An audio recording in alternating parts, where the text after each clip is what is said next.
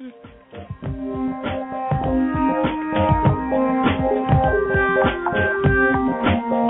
now back to Just Energy Radio with Dr. Rita Louise.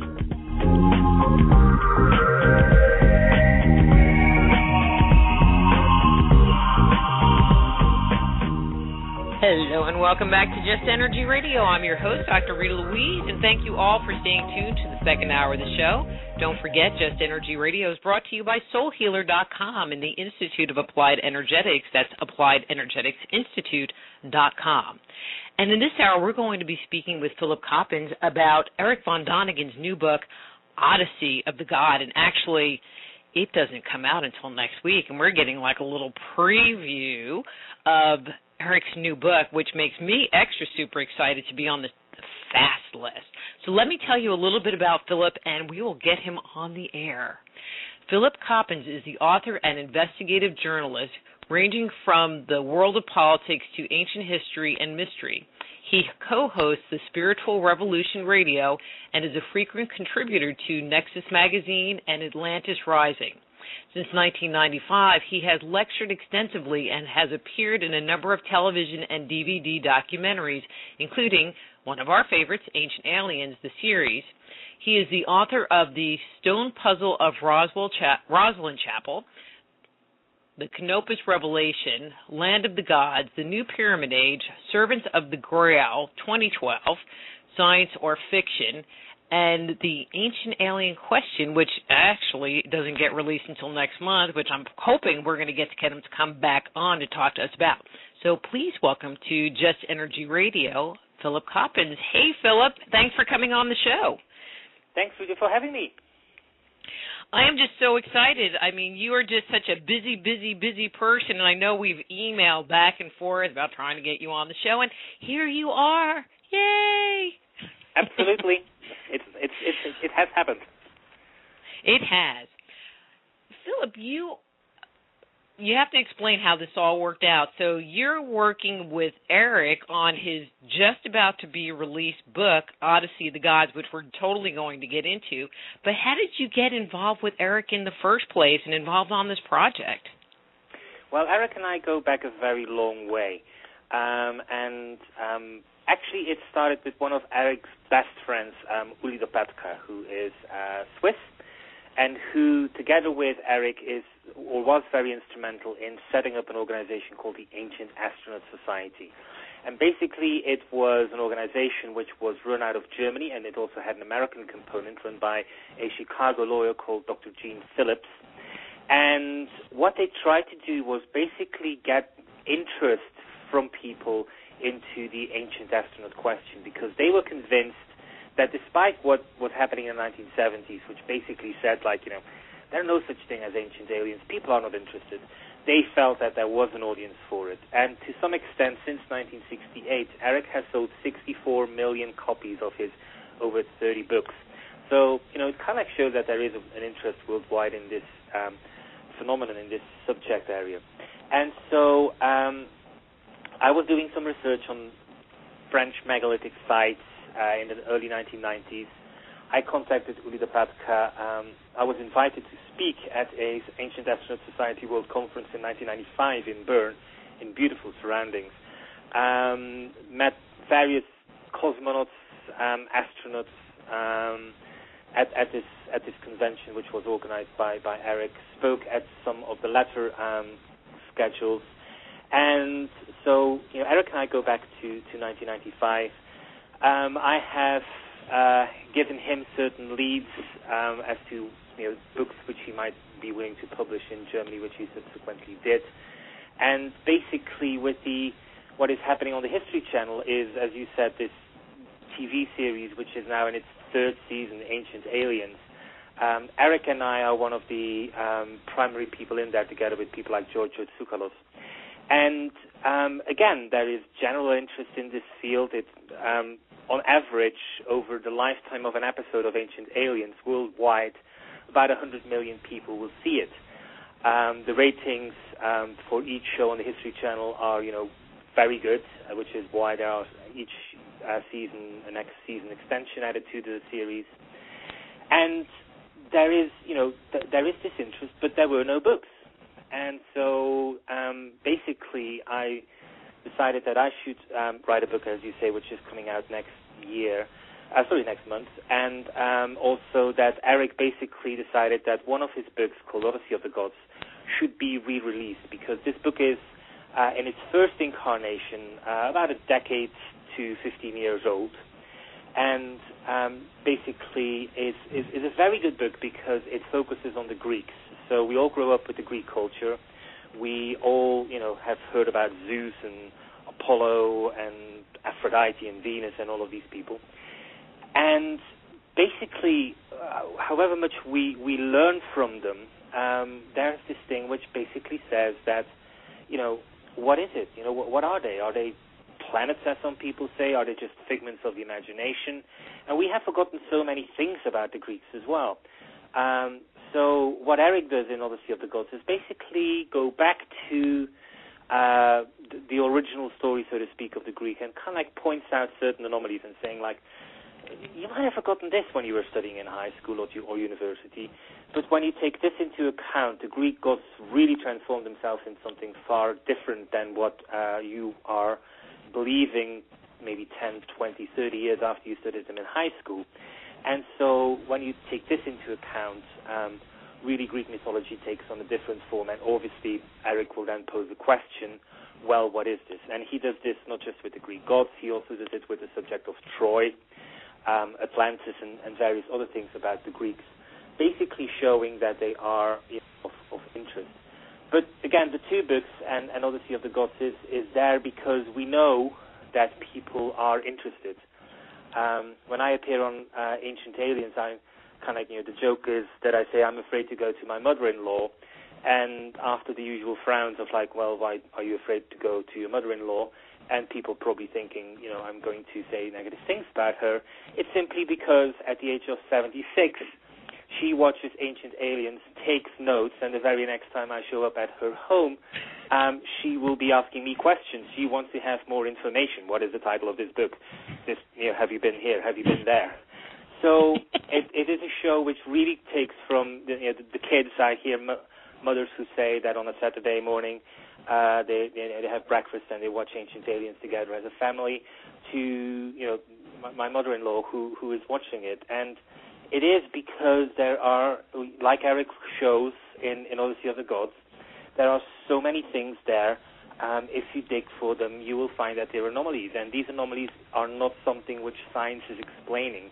And that is why there is such a show as Ancient Aliens, because each episode, 4 subjects for 3 years now are being shown that we don't have a full view of history.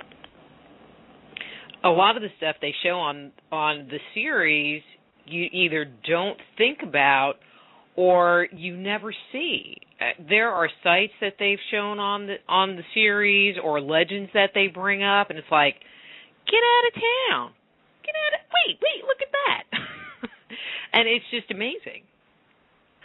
Absolutely. And, people quite often think that because Georgia and I are on there so often, that we actually have a say in the production process. But actually that's not the case. We get invited to give our opinions and our advice, but really it is the producers themselves who come up with quite a few of the ideas. And in season 3, there are really interesting new twists to this. I was very happy to see that a recent episode went into the idea that basically life itself might come from outer space, that there are viruses out there. And this is something which lives within the scientific community, something as not a fringe science, but definitely not something which you would read on the front paper of magazines and newspapers, but done by professional scientists who actually need to rely on shows like Ancient Aliens to get their views out, because nobody else is doing it at this moment in time. And a more recent one about Evil Places, basically kind of like they incorporated evidence which shows that certain sites attract people. Like in Japan, there is a forest where basically people go to commit suicide, and there is nothing specific about why they should do that. It's not like it's a location where you can easily do that.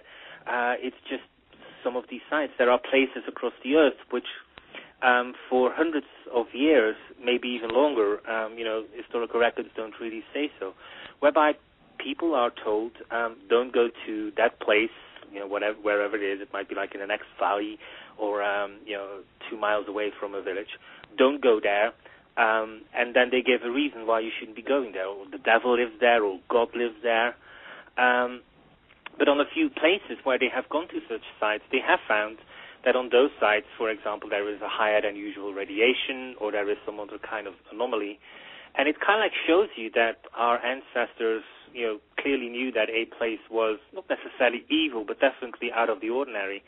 And that is, has gone down into local traditions. But science doesn't look at these things because, it's all folklore, and even if it was based on something, surely it won't be on, the possibility that somewhere in our ancestors' past there might have been some kind of radioactive tool which was left in a certain location.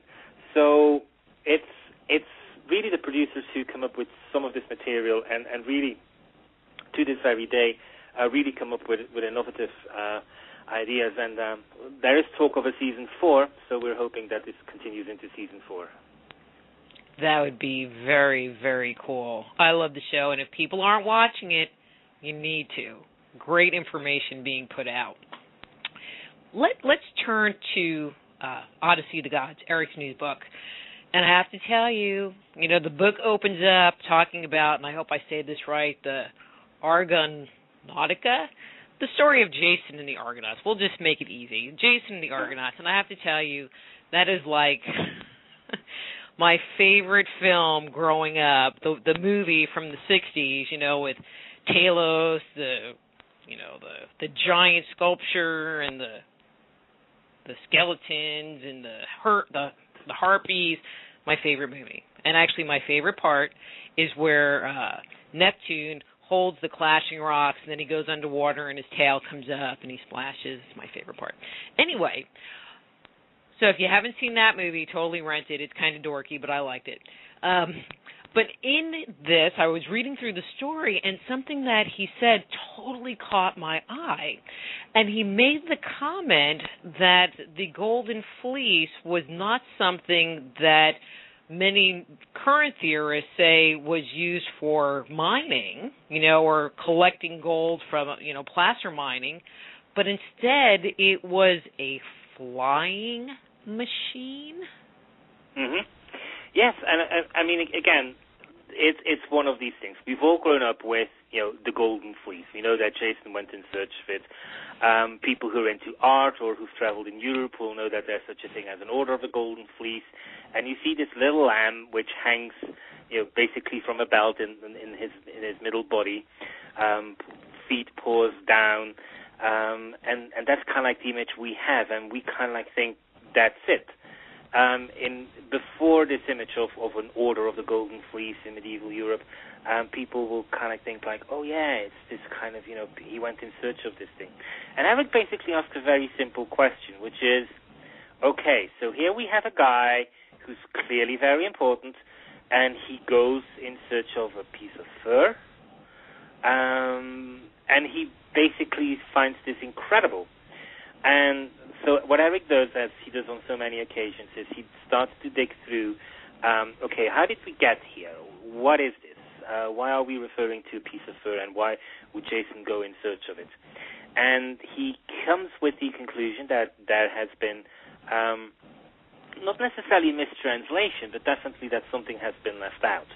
And when you put that back in, you're beginning to see that this object which Jason goes in search of is indeed something which on occasion can fly.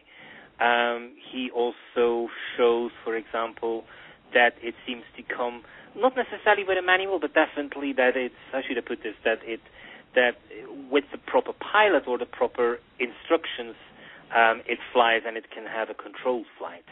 And all of these things are in the ancient Greek legends, but it just doesn't, compute with us anymore. We have removed these details from the ordinary account in telling how Jason went in search of this, and all of those things. So the other aspect is that that not just on the Jason account, but on a number of other occasions, what Erich is able to show is that quite often, we begin to translate things in certain ways, which are very liberal. Everybody knows about the Bible, how it went through a number of translations, and how, we have like modern versions, which we think ring better. And it's not just the Bible which has gone through these things. The story of Jason and the Argonauts, from the original Greek accounts to now, has been retold a number of times. And in one case, basically when you dig into an old library somewhere at the university and you dig up a version from 1805 or whatever, you will find that there is a more strict literacy to these translations, whereas the modern translations, not just of Jason but of so many things, the translator has really done an editorial censorship or an editorial interpretationship, because he or she has basically said, well, this says flying machine, but Golden Fleece can't fly, so we'll just make that something else, which is more logical. And we think he was meaning this when he wrote this. So this kind of interpretation mode, which has gone on so many levels throughout the retelling of ancient legends and myths, is something which Erich tackles as well, because he's basically saying that we have removed evidence from our own historical records, which suggests that these stories, whether it's Jason and the Argonauts or so many other ones, really show something else, that what is going on here is something completely different from what we hold to believe or want to believe. And we don't even know if that was just put into a more contemporary timeline by the Greeks. I mean, it could be based on an even older story that is totally lost to us at this point. Absolutely. I mean, he writes in Odyssey of the Gods about Atlantis, and I always think the story of Atlantis is one which is so interesting, because just look at the history. We know history is what is written down.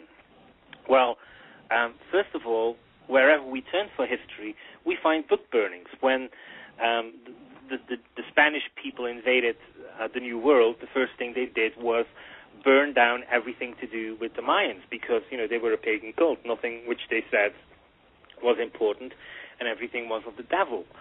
And I mean, I'll come back to the big subject, but on the Mayans specifically, right now with all these 2012 discussions which are going on, you have scientists who say well, the Mayans never wrote anything about 2012. And well, first of all, that's wrong. There are two archaeological pieces of evidence which clearly show that they wrote about 2012.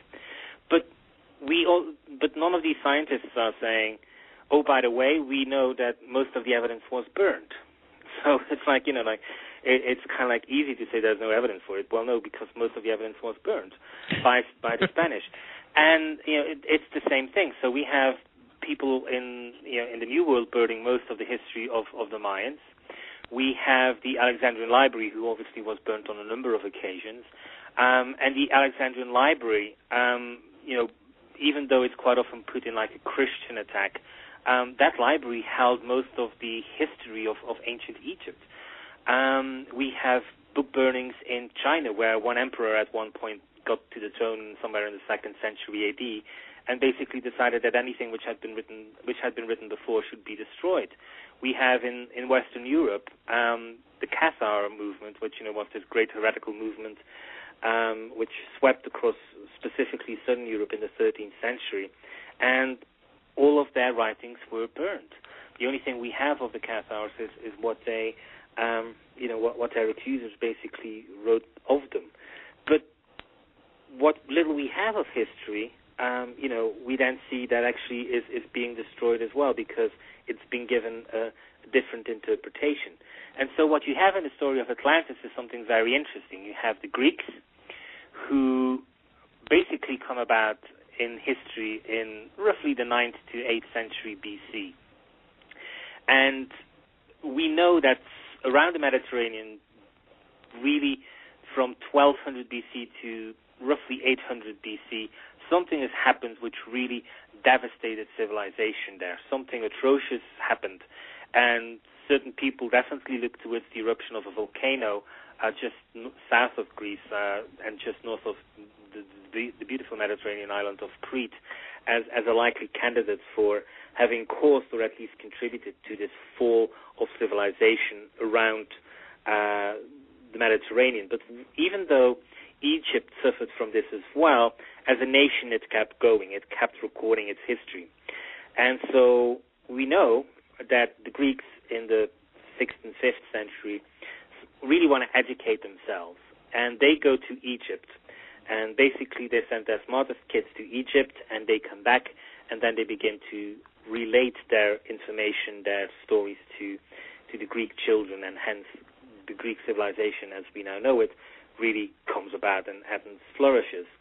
Well, it's during one of these visits to Egypt that a Greek is told that Greece isn't the first civilization on that land where the Greeks live. He is told that there is a previous civilization which was part of a very large empire which he identifies as Atlantis, and that this was a continent which sank. And basically that the Greeks are the children, so to speak, of this civilization, but that the Greeks themselves have no knowledge of this whatsoever.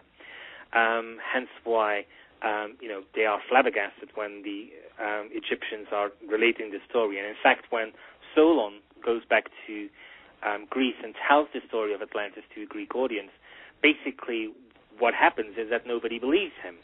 And so a few decades later, actually certain people from Greece who do not believe what he has said go to Egypt themselves and actually verify that what Solon has been saying about this lost civilization of Atlantis is indeed recorded in Egyptian temples. And that is always, again, this is a very interesting thing, because whenever you read, there have been hundreds of books written about Atlantis, and whenever you read a book by a scientist, he will tell you that it is mythical, that there is no evidence for it. And then the question is, well, but Plato wrote about it, and then they will say, well, Plato wrote about it as an idealized state. He didn't mean this as history. He just invented the civilization because he was upset with the state of how ancient Greece was run, and he basically wanted to create an ideal state and used Atlantis as an example and then injected this into history. Well, first of all, there is no evidence whatsoever to support that conclusion, but they leave out the fact that these Greeks in their times went to Egypt and basically found out that indeed the Egyptians recorded this as history. And again, you have time and time again this tradition whereby a time forgets that there was a previous time, and that in that previous time everything was far different. And so you have these Greeks who go to Egypt and learn of their prehistory. But you also have, as is quite often shown on the television series, you have the Indian records where you have an entire religion which has held accounts, and which basically says that in a previous era, which was several thousand years ago, the skies above India were different because the gods were fighting, and the machinery which they describe and the effects which they describe basically show that whatever was happening there was extremely impressive, and you would kind of say was on par with today F-16s fighting amongst themselves like in the movie Top Gun. And there are records of these things, and they are, they're not standalone. They're not just in Greece, they're not just in India, but they're around the world. And this is kind of like what Erich is saying. Even though Odyssey of the Gods focuses on Greece, as across his books, what he's always said is something is wrong here. We're not being given a clear picture. There is far more to these myths than what we extract from them. We cannot just isolate what we are comfortable with and tell the story without the awkward bits.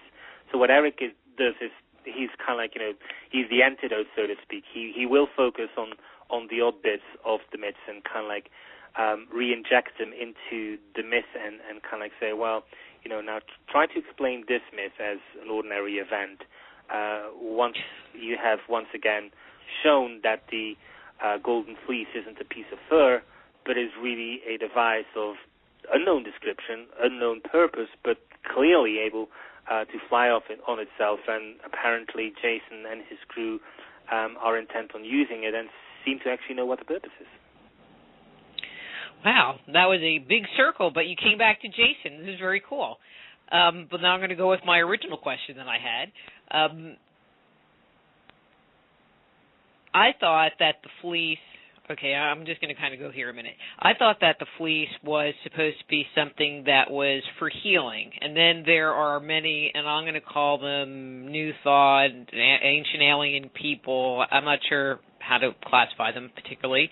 I'll just say New Thought because it just sounds nice. People that say, there's the whole gold thing, that the ancients were consuming gold or a form of monatomic gold, and they were using the fleece to catch the gold, and then they were making this monatomic gold, and so that is what is produced the healing.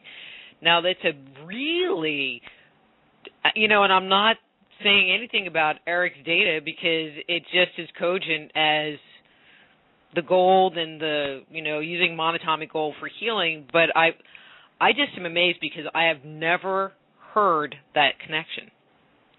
But yes, I know that there are gods that fly around and have rams and cows and all kinds of things for steering their chariots and stuff, so it makes sense.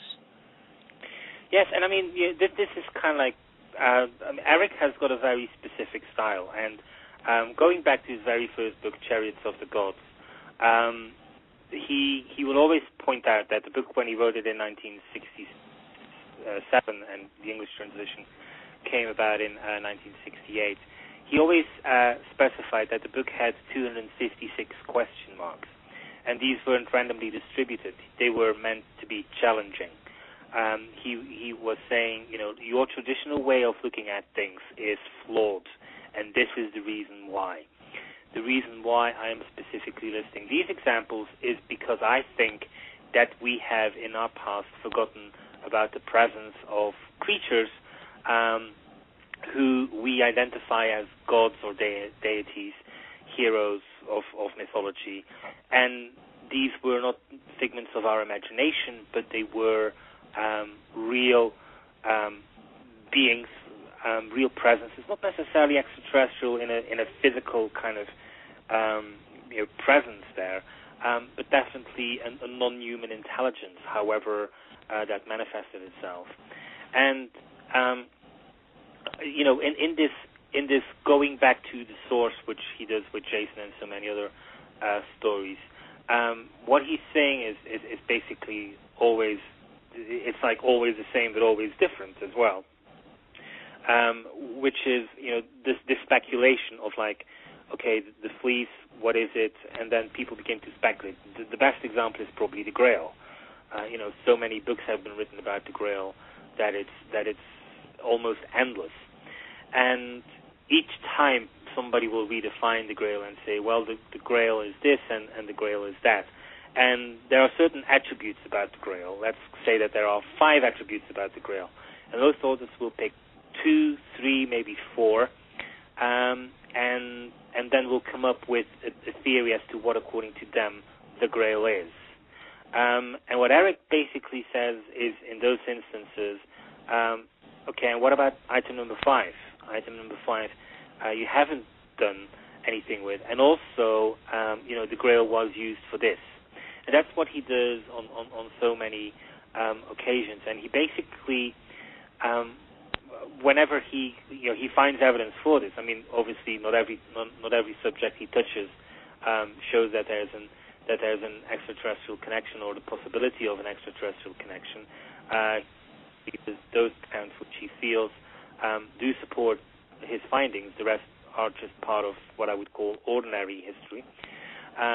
But he shows that some of these accounts are not supportive, I should say, of an ordinary historical perspective, which is that there is this slow upward rise of civilization pinnacling at this moment in time, and that there is very little else. That's not something which he is supportive of and which his findings clearly put into question. And, he is different, I think, from people who just theorize that the fleece might be to do with monatomic gold, that the fleece might be this, that the fleece might be that. I have written books. I have published an enormous amount of magazine articles, and most of the books out there are quite often putting forward theories. We have looked at this, and this is what we think. Erich's books are more challenging, are more question-posing. It's kind of like, okay, you thought you knew this as a fact. Well, you probably forgot this, or you probably didn't know this. And he will guide you through himself looking and reevaluating what he himself as a teenager identified, and kind of like thought, this is interesting, I've forgotten this myself, and poses those things for the audience. So even though people quite often see him as this guy who proposes a big theory about the fact that we were visited by extraterrestrial beings, the only thing which Erich really proposes is for us to consider the possibility that we might have been visited by extraterrestrial beings. And there are really no clear-cut specific theories about what this would involve. Like, Zecharia Sitchin, for example, was somebody who created a very specific theory as to how he saw human extraterrestrial contact happening, at what moment in time, where precisely, involving whom, for what, and even why it was happening. Erich is basically there trying to push people into thinking out of the box and showing evidence that is anomalous and which we have forgotten about or we tend not to include. And I really appreciate that part, and I agree with you. He'll kind of pose a question or present information and then go, so what do you think? But after you read all that information, it's kind of like it's almost a no-brainer, even though it might leave you with more questions and wanting to get more information and doing your own research. But, I usually find that they're pretty well researched, well presented, and they really do make you stop and think about what's going on. Absolutely. I mean, tying it to the TV series, I obviously read because I got Google News alerts about what scientists are saying about this program, and they pretend as if there is no research done on the show. It's like just squabbled together. Well, an enormous amount of research and fact-checking goes into Ancient Aliens. The dates are right, the places are right. They quite often will not air anything unless they have all the supporting information. People can't make wild claims and think they can get away with it. It simply will not get aired. Because, it is for the History Channel. You can ridicule the History Channel for its porn truckers and ice pickers or whatever they're called as much as you want. But they are the History Channel, and there is obviously an element to it. But just look at the people from academic circles who are on Ancient Aliens. They're professors from UCLA. They are PhD people. They are astrobiologists like Chandra Wickramasinghe, who is, the godfather of astrobiology, really. Those are big names from academic circles who obviously are not there to go on. I mean, Chandra Wickramasinghe is probably the example, who does go on and basically says life is extraterrestrial in origins. It didn't develop on planet Earth. But most other scientists are basically there to tell you what the scientific finding is, and then the questioning is done by the likes of Giorgio, myself, and David Hatcher-Childress and various other people on the show. But there is an enormous amount of fact-checking going on, and this is also what basically Erich does in his approach. He takes what we know and really pushes it out there. And it's hard sometimes to be specific. Skeptics will say, well, Erich wrote something in the 1970s, and that's proven to be erroneous. For example, the fact that there was a pillar in India which was made of iron, and for generations it hadn't rusted. And then in the 1970s, the 1980s, it did begin to rust. Well, okay, so after centuries, the iron pillar eventually did begin to rust. That doesn't really mean that much. It kind of like shows that there was an anomaly for centuries, and that the question could still be posed at the end of the 1970s. The Nazca Lines is to me one whereby people say, well, like Erich questioned whether space beings used the Nazca Lines as a spaceport. Well, when Erich wrote about the Nazca Lines in the 1960s, nobody had done any research whatsoever. Not a single scientist, apart from a lone woman literally crying alone in the desert for attention from her fellow scientists, had looked at this tremendously beautiful site in Peru. Nobody gave a damn. And all of a sudden, Erich books comes out, and all of a sudden, everybody is interested. And really, Erich pushed science into, paying attention to this beautiful site and trying to come up with an explanation. And so far, the explanation does seem to be that it has nothing to do with extraterrestrials as such. But guess what? The fact remains that the geoglyphs which are on the Nazca Plateau clearly are there, and also that the geoglyphs can only be seen from above. Well, there are now scientists who are beginning to speculate that clearly the people who made these geoglyphs had to see them from above. They are absolutely unconvinced that they are extraterrestrial beings who did this, but they're actually giving the civilization which has made these the capability that more than likely burnings which were found near the geoglyphs themselves, that these burnt rocks and various other burnt material were actually there to create hot air, because it's believed that these people might have possessed hot air balloons, and that they took off and basically took to the skies to see these geoglyphs from the air in hot air balloons. Well, guess what? A skeptical scientist might say, you see, there are no extraterrestrials and Erich is wrong. Well, the record would show that up until Erich posed the question, not a single scientist except one woman, Maria Reiki, was interested in this field. And now we have come to an understanding that this is a very big civilization, which should have been researched far ahead of Erich ever posing or needing to pose that question. And we have also come up with a civilization which is advanced to the point that they might have had hot air balloons. So, it's not as black and white as some skeptics would like you to believe. And even if Erich's question, like, is Nazca extraterrestrial, seems to have been proven into the negative in this specific case, we quite often do come away with evidence, as in the Nazca Lines, that it is evidence that our ancestors were far more superior than anything else. And when I tie it back to kind of like the Ancient Astronaut Society, which Erich founded in the 1970s together with Dr. Phillips, that theory was always this. Our history, as it is told, is not the way it has happened. It's clear that when you look at the cumulative, quantitative evidence of all of this together, our ancestors were either more advanced than we currently give them credit for, and more technologically advanced than we give them credit for, and or that they were helped by a civilization or people or whatever, an intelligence which gave them technology or helped them with technology in order to create certain things.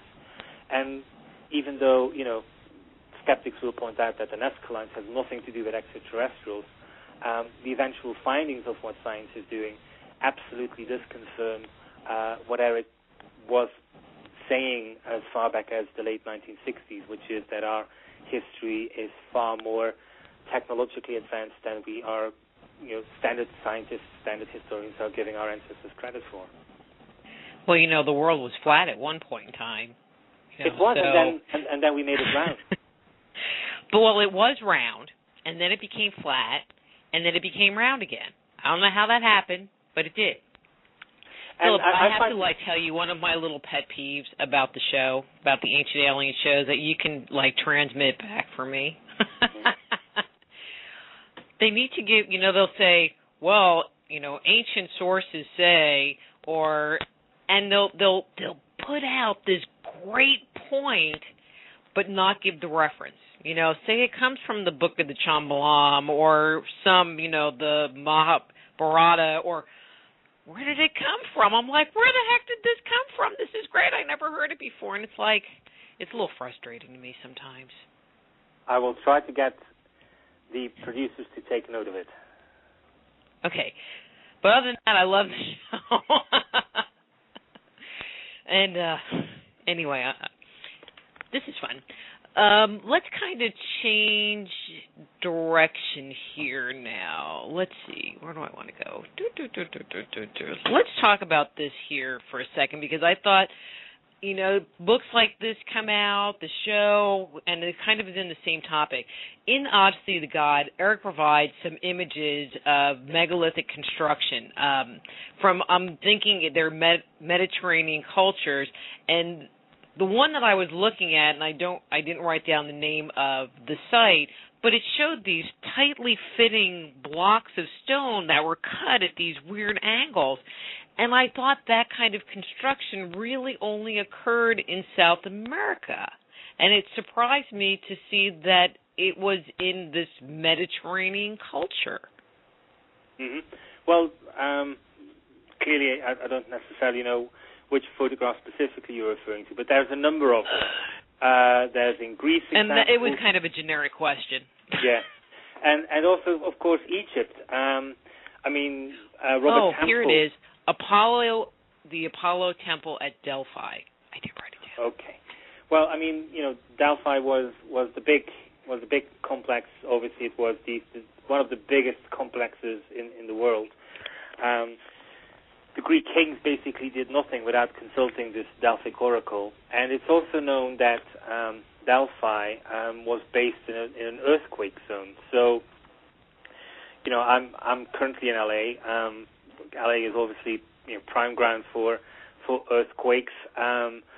Where I'm talking to you from now is a place which in 1994 was devastated by an earthquake, which basically destroyed the entire area. Motorways were simply twisted, and when I look around, I basically see that we are really not prepared if another earthquake were to happen.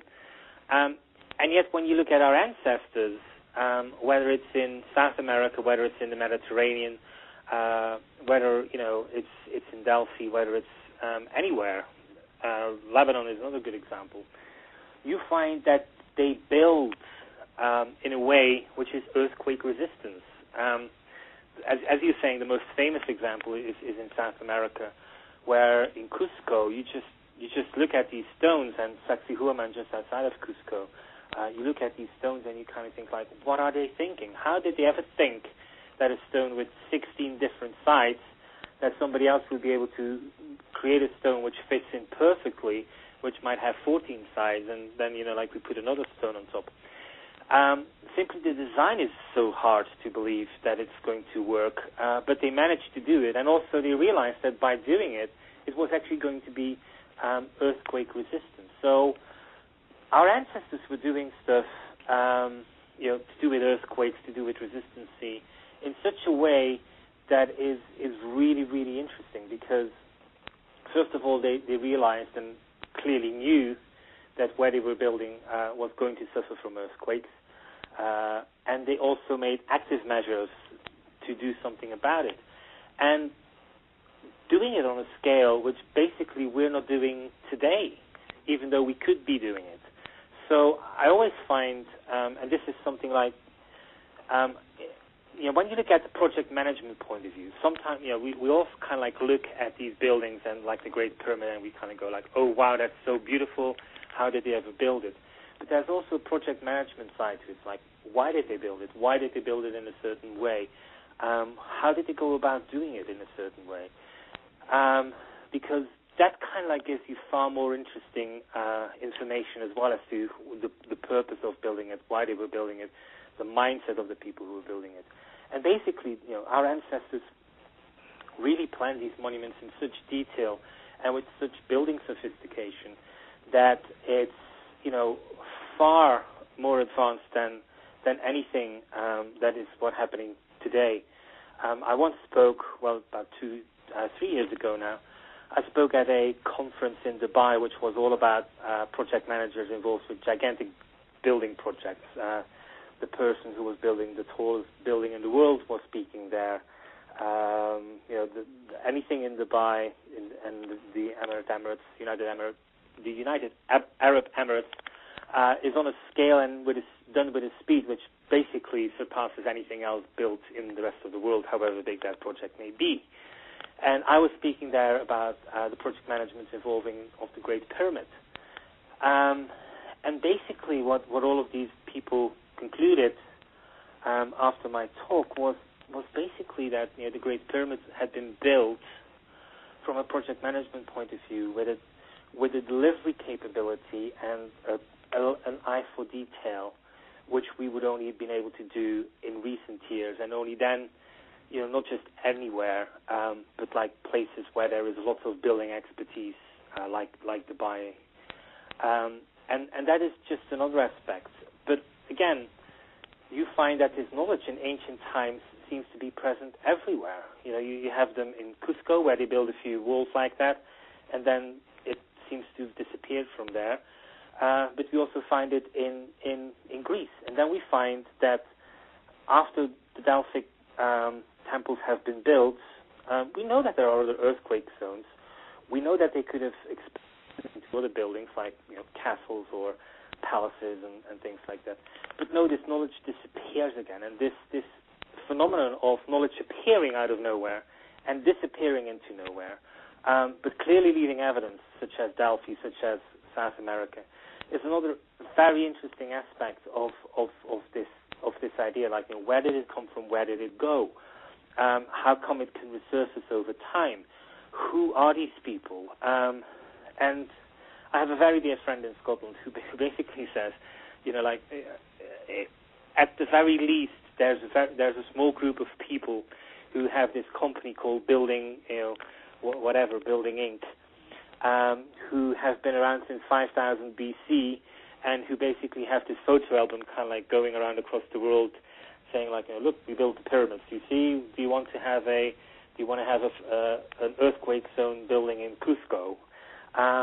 Because it's unless there is this secret company who builds all of these things and swears absolute secrecy across the world throughout time, if that doesn't exist, then we have to go for more phenomenal explanations, which is that this knowledge comes from non-human intelligences, however that happens, and ends up with humans. Some people on the show and some people in books will kind of like leave people guessing, or will fill in the question. Okay, so did we build these monuments, or did extraterrestrial beings build these monuments? And again, when you look at the ancient material, you will quite often see that humans are the builders, but that they have access to information which isn't theirs, which they straightforwardly identify as coming from the gods. So it's almost as if you have literally got the architect who draws the plans and then faxes them through to certain individuals in certain civilizations and then says, build me this, please. Or if you want to have this bit, then, please build this. And I find it very interesting because that's the kind of blueprint which you find in one of the great books and great movies to do with extraterrestrial contact, I think, is Contact, based on a book by Carl Sagan and the movie starring Jodie Foster. And, it's a very interesting book because the book basically shows this contact happening with an extraterrestrial civilization. They're sending through radio signals. We get them. We pick them up. And then the question is, okay, what is the next step? And they find that really, this civilization has sent a blueprint through into building a machine. And once you build that machine, you will be able to have a controlled contact with extraterrestrial beings and make this contact and speak to them at at your own leisure, so to speak. And that, to some extent, then the result of that whole thing is that they say, it never happened. You were only gone for 18 seconds. Yes. Even though there was 18 hours or whatever amount of time it was of tape recordings, even though the tape recordings didn't show anything.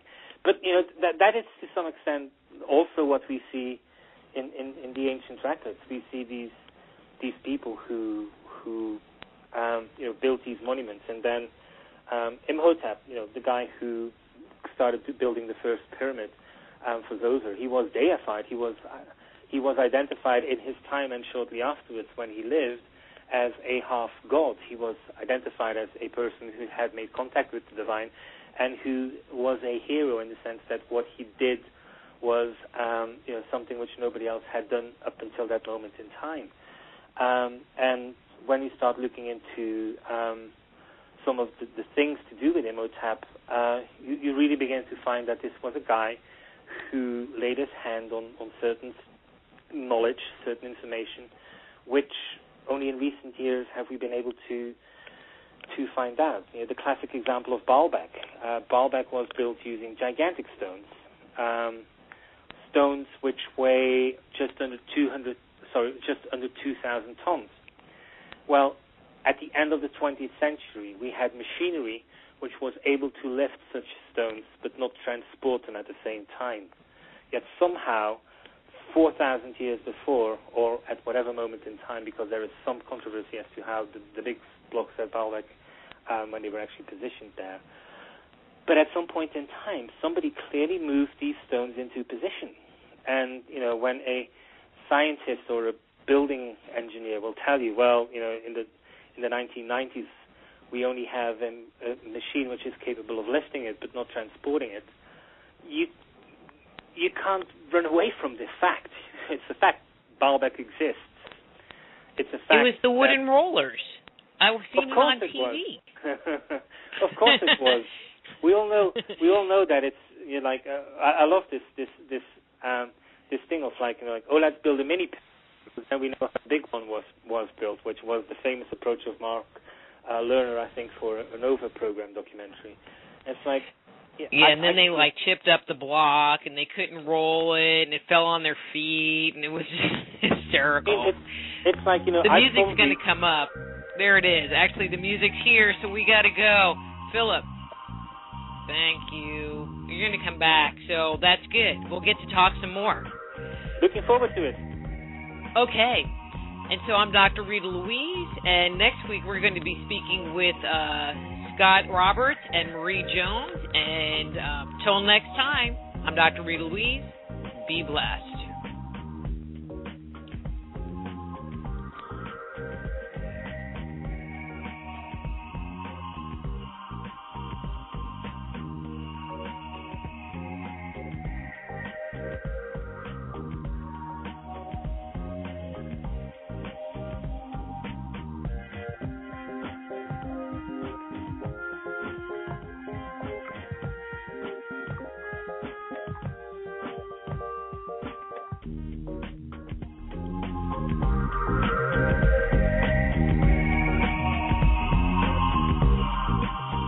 Join host Dr. Rita Louise each week at this time for Just Energy Radio.